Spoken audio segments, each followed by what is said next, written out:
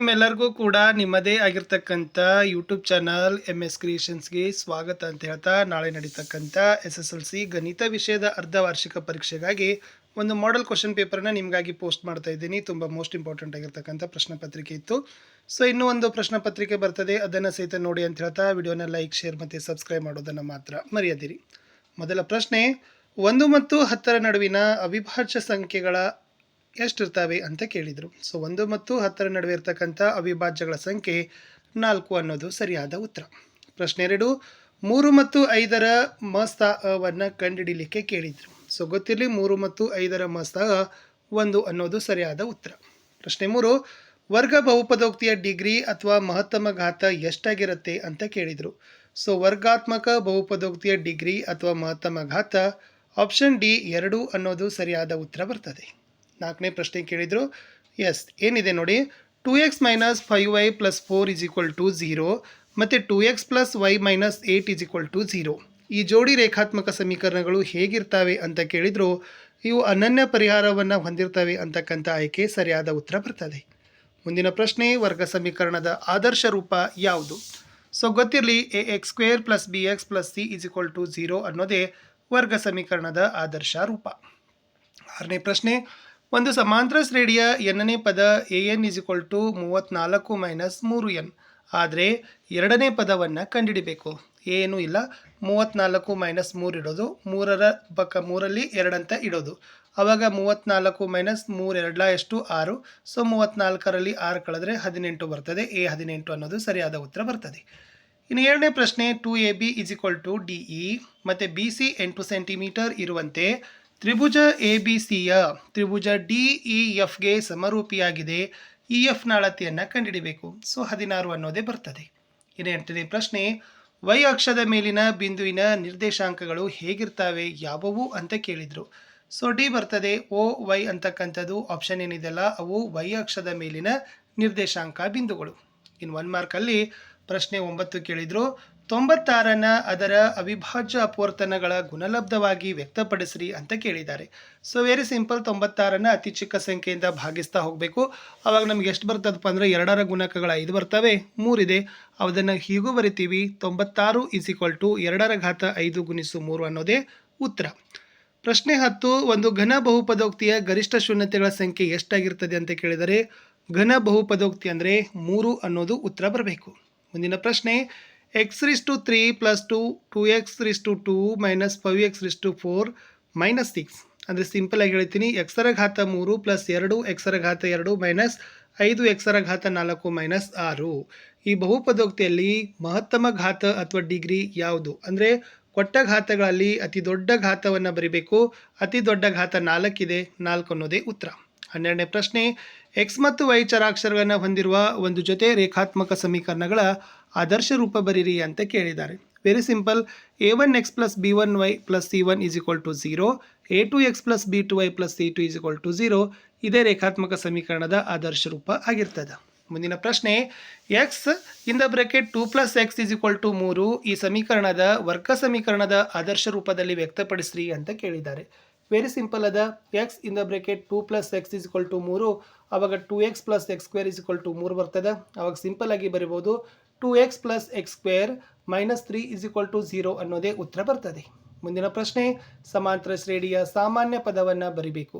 So ಸಮಾಂತರ ಶ್ರೇಣಿಯ ಸಾಮಾನ್ಯ ಪದ ಏನಾಗಿರ್ತದಪ್ಪ ಅಂದ್ರೆ an = a + n - 1 × d ಅನ್ನೋದೇ ಉತ್ತರ. ಇನ್ನು ಸಮರೂಪ ಆಕೃತಿಗಳಂದ್ರೆ ಏನು ಅಂತ ಕೇಳಬೇಕು. ಯಾವುದೇ ಎರಡು ಆಕೃತಿಗಳಲ್ಲಿ ಅನುರೂಪ ಕೋನಗಳು ಮತ್ತು ಅನುರೂಪ ಬಾಹುಗಳ ಅನುಪಾತ ಸಮನೇ ಆಗಿದ್ದರೆ ಆ ಎರಡೂ ಆಕೃತಿಗಳನ್ನು ನಾವೇನಂತೀವಪ್ಪ ಅಂದ್ರೆ ಸಮರೂಪ ಆಕೃತಿಗಳು ಅಂತ ಕರಿತೀವಿ ಅನ್ನೋದು ಬರಿಬೇಕು. ಮುಂದಿನ ಪ್ರಶ್ನೆ, 0 0 ಮತ್ತು -3 5 ಬಿಂದುಗಳ ನಡುವಿನ ದೂರ ಕಂಡುಹಿಡಿಬೇಕು. ಸೊ ಫಸ್ಟ್ ಬರ್ಕೊಡ್ರಿ, p - 3 5 ಅಂದರೆ x ಮತ್ತು y ಅಂತ ಗುರುತಿಸಬೇಕು. x ಅನ್ನೋದು -3, y ಅನ್ನೋದು 5 ಅಂದರೆ ಸೊ p = ದೂರ ಬಿಂದು ಅಂದರೆ ದೂರ √x² + y². x ಅಂದರೆ -3, y ಅಂದರೆ 5 ತುಂಬ್ತೀರಿ. ಸೊ ಒಟ್ಟಾರೆ √34 ಮಾನಗಳು ಅನ್ನೋದು ದೂರವನ್ನು ಉತ್ತರ ಬರಬೇಕು. ಇನ್ನು 2 ಅಂಕದ ಪ್ರಶ್ನೆಗಳಿದ್ರು. 3 + 2√5 ಒಂದು ಅಭಾಗಲಬ್ಧ ಸಂಖ್ಯೆ ಅಂತ ಸಾಧಿಸಿ ಅಂತ ಕೇಳಿದ್ದಾರೆ. ಇದು ಮೋಸ್ಟ್ ರಿಪೀಟೆಡ್ ಕ್ವಶನ್ ಮತ್ತು ಮೋಸ್ಟ್ ಇಂಪಾರ್ಟೆಂಟ್ ಕ್ವಶನ್. ಫಸ್ಟ್ ಬರ್ಕೊಡ್ರಿ, 3 + 2√5 ಒಂದು ಭಾಗಲಬ್ಧ ಸಂಖ್ಯೆನೇ ಆಗಿರಲಿ. ಆವಾಗ 23 plus 2√5 is equal to a divided by b. ಇಲ್ಲಿ ಎ ಮತ್ತು ಬಿ ಸಹ ಅವಿಭಾಜ್ಯ ಸಂಖ್ಯೆಗಳು, b is not equal to 0. ಆವಾಗ 2√5 is equal to a divided by b minus 3. ಆವಾಗ √5 is equal to a minus 3 b divided by a b. ಆವಾಗ √5 ಒಂದು ಭಾಗಲಬ್ಧ ಸಂಖ್ಯೆಯಾಗಿದೆ. ಆದ್ದರಿಂದ A minus 3b divided by 2b ಒಂದು ಭಾಗಲಬ್ಧ ಸಂಖ್ಯೆ ಅಂತ ಹೇಳ್ತೀವಿ. ಆವಾಗ √5 ಒಂದು ಭಾಗಲಬ್ಧ ಸಂಖ್ಯೆ ಅಲ್ಲ. 3 ಪ್ಲಸ್ 2√5 ಒಂದು ಭಾಗಲಬ್ಧ ಸಂಖ್ಯೆ. ಹಾಗಾದರೆ ಇದು ನಮ್ಮ ಊಹೆ ಏನಾಗಿರ್ತದಪ್ಪ ಅಂದ್ರೆ ತಪ್ಪಾಗಿರ್ತದೆ. ಸೊ ಆದ್ದರಿಂದ ನಾವೇನು ಹೇಳ್ತೀವಿ, 3 ಪ್ಲಸ್ 2√5 ಒಂದು ಭಾಗಲಬ್ಧ ಸಂಖ್ಯೆ ಅಲ್ಲ ಅನ್ನೋದನ್ನು ಬರೆದ್ರೆ ಸೊ ನಿಮ್ಮ ಉತ್ತರ ಏನಾಗ್ತದಪ್ಪ ಅಂದ್ರೆ ಕಂಪ್ಲೀಟ್ ಆಗ್ತದೆ. ಮುಂದಿನ ಪ್ರಶ್ನೆ, ಎಸ್ 2√3 ಮೈನಸ್ 4 ಒಂದು ಅಭಾಗಲಬ್ಧ ಸಂಖ್ಯೆ ಅಂತ ಸಾಧಿಸಿ ಅಂತ ಇನ್ನೊಂದು ಪ್ರಶ್ನೆಯನ್ನು ಅವರೇ ಕೊಟ್ಟಿದ್ರು.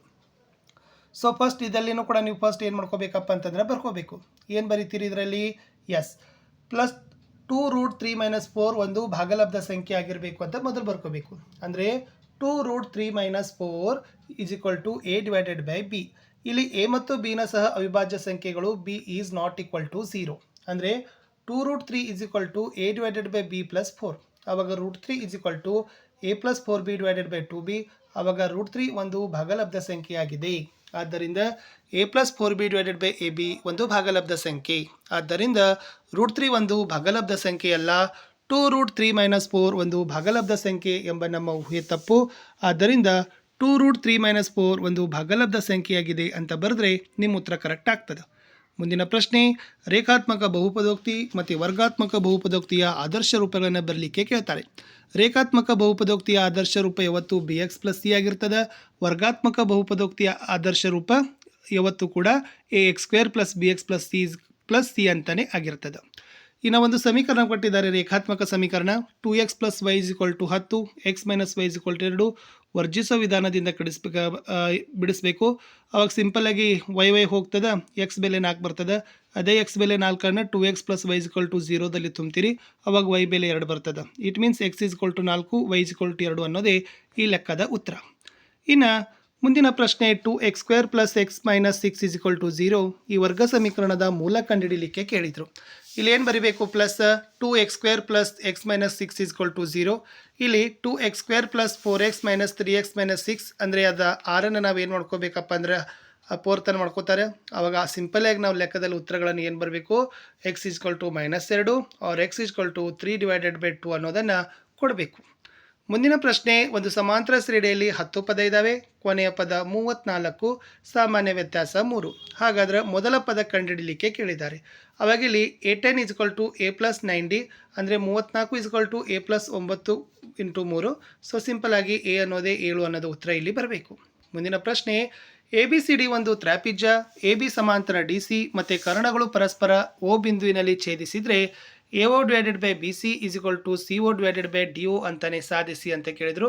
ಸೊ ಸಿಂಪಲ್ ಆಗಿ ನೀವು ಏನು ಮಾಡಬೇಕು, ಈ ತರನಾಗಿರ್ತಕ್ಕಂಥ ಸಾಧನೆ ಲೆಕ್ಕವನ್ನು ಮಾಡಿದರೆ ಉತ್ತರ ಕಂಪ್ಲೀಟ್ ಆಗ್ತದೆ.